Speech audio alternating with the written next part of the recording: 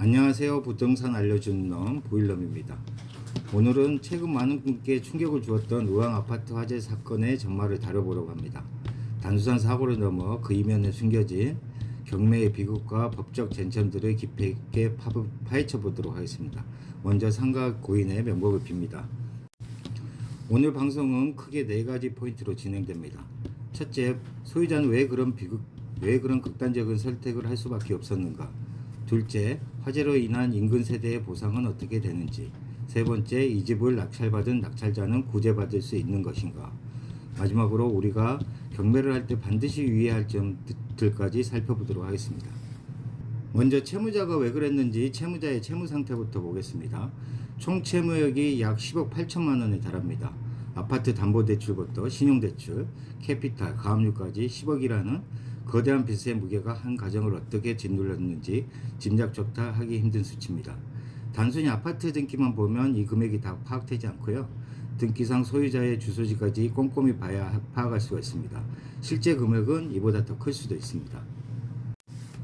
지금 보이는 곳이 채무자가 담보대출을 받고 주소지 이전을 했던 곳입니다. 경기도 파주시인데 위성지도에 나타나지 않는 것으로 봐서 군사보호구역 같습니다.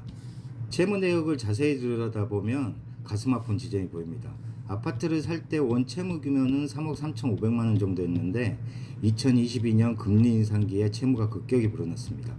특히 산림조합 대출 및 신용보증기금 대출 등 사업자금으로 보이는 대출들이 확인되는데 파주 군사보호구역 내 토지를 담보로 대출받는 등 사업 환경이 매우 악화되었던 것으로 보입니다. 이 내용은 아마 처음 보는 것일 겁니다. 또 하나의 특징은 공동명의자의 등기는 매우 깨끗했다는 점입니다.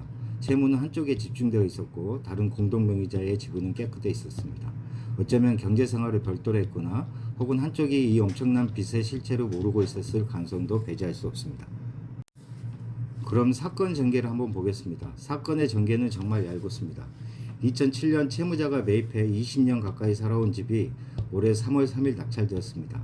낙찰자가 잔금을 3월 23일에 치르고 소유권 이전까지 마친 뒤 약 한 달 뒤인 4월 30일에 화재가 발생했습니다.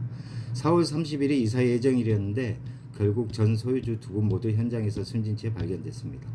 특이한 점은 이삿날이었다는 점인데 이는 낙찰자와 점유자가 이사를 합의로 보았고 원만히 진행되었을 것으로 보인다는 것입니다. 참 안타까운 일입니다. 왜 이런 선택을 했을까요? 가만히 보면 20년 가까이 내 몸처럼 아껴온 보금자리가 10억이 넘는 빚 때문에 경매로 넘어갔고 이제는 정말 나가야 한다는 심리적 압박감이 평범한 시민을 벼랑 끝으로 모아넣었을 것으로 보입니다. 이것이 바로 오늘날 대한민국이 마주한 슬픈 현실입니다.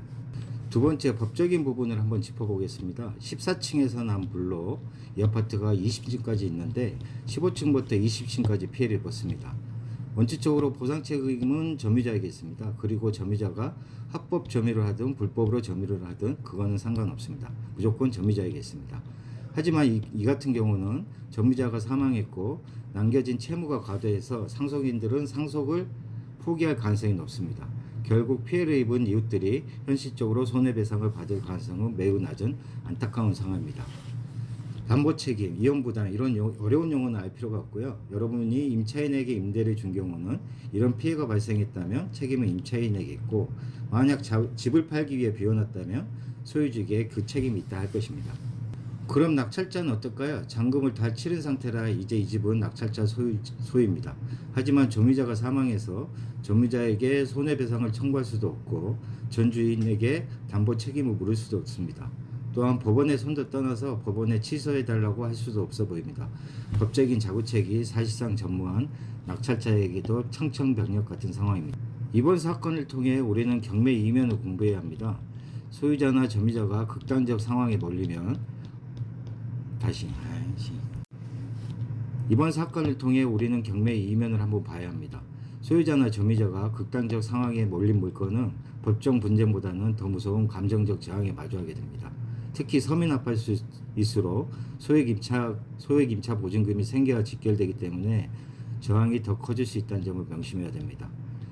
예를 한번 들어보면 첫 번째, 소유자가 극단적으로 몰린 경우는 의왕아파트와 같은 사건입니다.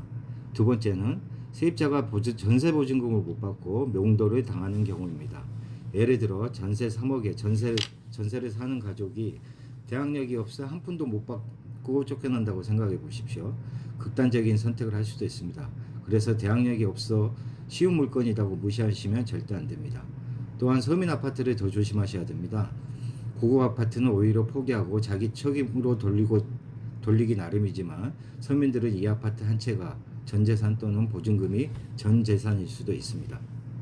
명도 과정에서 만나는 점유자 유형은 크게 세 가지입니다. 협조적인 수능형, 격렬히 저항하는 배째라형, 그리고 어려운 형편을 호소하는 읍소형입니다. 의외로 가장 어려운 것은 법이나 물리적 저항이 아닌 인간적인 연민을 자극하는 읍소형인 경우가 많습니다. 수능형은 말할 것도 없고 오히려 배째라형이 더 쉽습니다. 법적인 조치를 하면 오히려 수능형으로 바뀝니다. 그러나 읍소형인 경우는 정말 조심하셔야 합니다. 이유는 설명드리지 않아도 아실 거라고 생각합니다. 그리고 의외로 빈집이 더 어렵습니다. 일단 송달이 되지 않아 명도가 어렵고 강제 집행까지 절차를 밟아야 해서 시간도 오래 걸리고 엄청 어려워질 수 있습니다. 하지만 가장 위험한 것은 이번 사건처럼 심리 상태를 알 수 없는 예측 불가형입니다. 경매는 단순히 숫자를 계산하는 게임이 아니라 그 집에 살고 있는 사람의 인생과 마주하는 일이라는 것을 다시 한번 느끼게 합니다. 비극적인 사고로 생을 마감하신 고인들의 명복을 빕니다. 경매는 누군가에는 기회이지만 누군가에는 삶의 끝자락일 수 있음을 우리 모두 잊지 말아야겠습니다. 오늘 분석은 여기까지입니다. 시청해 주셔서 감사합니다.